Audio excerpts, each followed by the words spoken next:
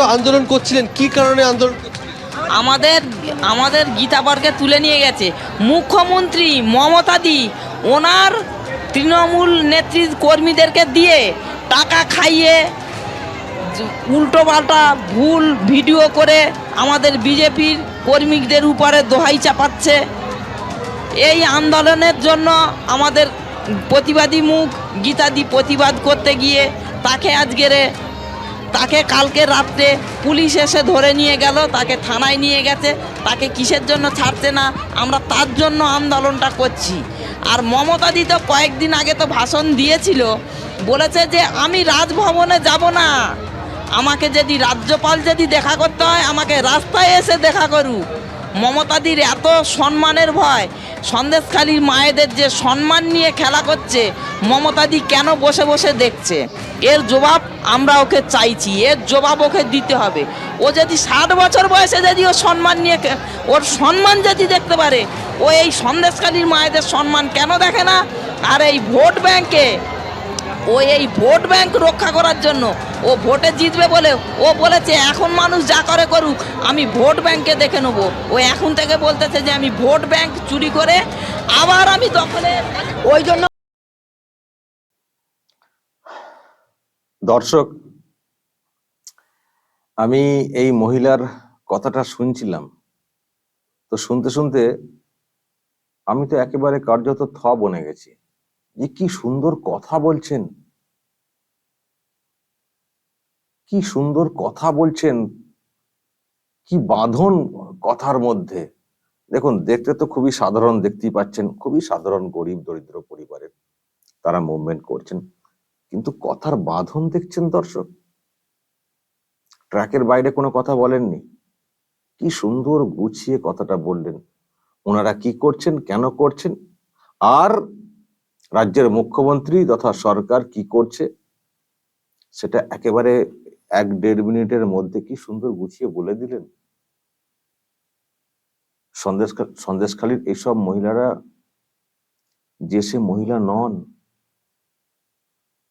আগুন আছে, প্রতিবাদ করতে জানেন ইনারা। আজকে যেভাবে পুলিশি নির্যাতন চালানো হচ্ছে, মধ্যরাতে গিয়ে তুলে আনা ইত্যাদি, ধরপাকড়, তারপরেও কি ওনারা মুখ বন্ধ করে বসে থাকছেন, দেখছেন? মুখ খুলছেন এবং দারুণ ভাবে কথা বলছেন, যুক্তি দিয়ে কথা বলছেন। এই যুক্তিতে মুখ্যমন্ত্রী নিজে কথা বলতে পারবেন না, এটুকু আমি বিশ্বাস করি। যেভাবে যে যুক্তি দিয়ে কথা বলছেন, আপনার 60 বছর বয়সে আপনার মান সম্মানের ভয়, এইসব আপনি রাজভবনে রাজ্যপালের সঙ্গে সাক্ষাৎ করবেন না, বাইরে এসে কথা বলার কথা বলেছেন।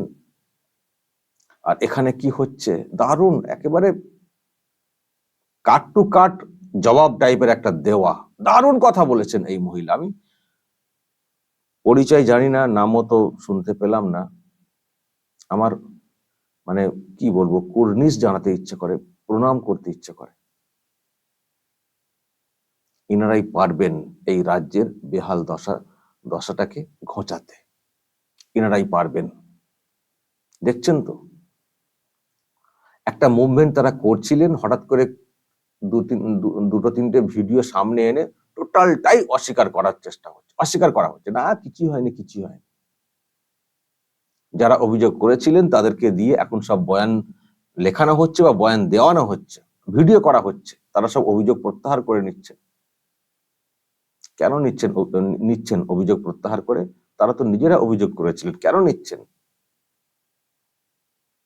যেটা আমরা আন্দাজ করছি, ভয় দেখানো, শাসানো, প্রলোভন দেখানো, বা কিছু মানে একটা উপায় বের করা। যারা কদিন আগে অভিযোগ করলেন মিডিয়ার কাছে, যারা বিভিন্ন টিম যখন পৌঁছালো তাদের কাছে, হঠাৎ করে তারা বলতে শুরু করে দিচ্ছেন যে না, কিছুই হয়নি, আমরা জানতাম না, অভিযোগ করে ফেলেছি, এটা হয়, এটা বিশ্বাস করতে হবে। কিন্তু এটাও দর্শক দেখছেন, যখন একদিকে ওইসব চলছে, তারপরেও এত কেস, এত পুলিশি নির্যাতন, অত্যাচার, তারপরেও কিন্তু গোটা সন্দেশখালী চুপ করেনি। সন্দেশখালীর এইসব মহিলারা এখনো কথা বলছেন, নতুন করে কথা বলছেন, যুক্তি দিয়ে কথা বলছেন, শাসকের মুখে ঝামা ঘষে দিচ্ছেন। দারুণ কথা বলেছেন। আমি এই কথাটা শুনে আমি এবিপি থেকে এটা নিয়ে আপনাদেরকে আরো একবার দেখাতে এলাম, হয়তো ওখানে দেখেছেন আপনারা, জানি না এটা দেখে আপনাদের মনে আমার যেরকম রিয়াকশন তৈরি হয়েছে ওই রকম রিয়াকশন তৈরি হয়েছে কিনা। আমি তো সেই জন্য একটু আর কি ধরিয়ে দিতে এলাম যে দেখুন, এত অত্যাচার, এত নির্যাতন, তারপরেও দাঁড়িয়ে পায়ে ভর দিয়ে কিভাবে কথা বলে যাচ্ছেন এই মহিলা। হ্যাঁ, উনি অত চকচকে ঝকঝকে নন, যেমন চকচকে ঝকঝকে খোঁজার চেষ্টা হয়, অত উচ্চ শিক্ষিতা উনি নন, খুব সাধারণ, যেটা দেখে বুঝতে পারছি। কিন্তু কথার মার, মানে কথার যে মার, যে বাঁধন, অনেককে হার মানিয়ে দেবেন, অনেককে হার মানিয়ে দেবেন। এটাই দরকার দর্শক, এটাই দরকার।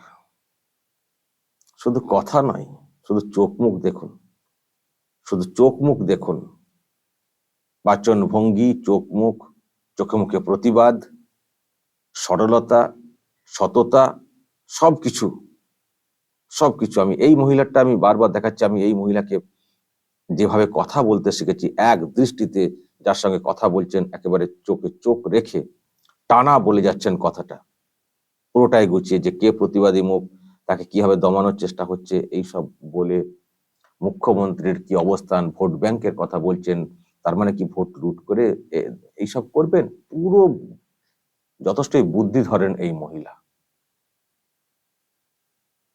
অনেকেই উঠে এসছেন সন্দেশখালীর এই মুভমেন্ট থেকে, মিডিয়ার মাধ্যমে তার বাচনভঙ্গি, কথা, প্রতিবাদ যারা যারা করেছেন, আমার মনে হয় ইনিও কিন্তু একটা দৃষ্টি আকর্ষণ করলেন।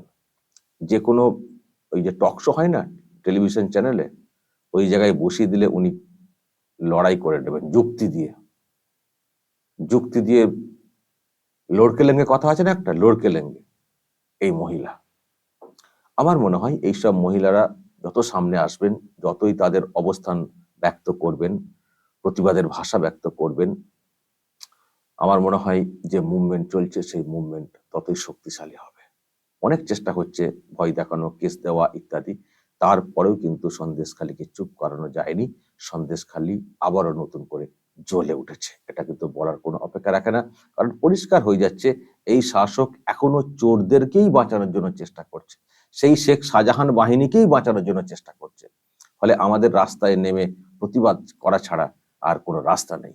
সেই জন্যই তারা করছেন।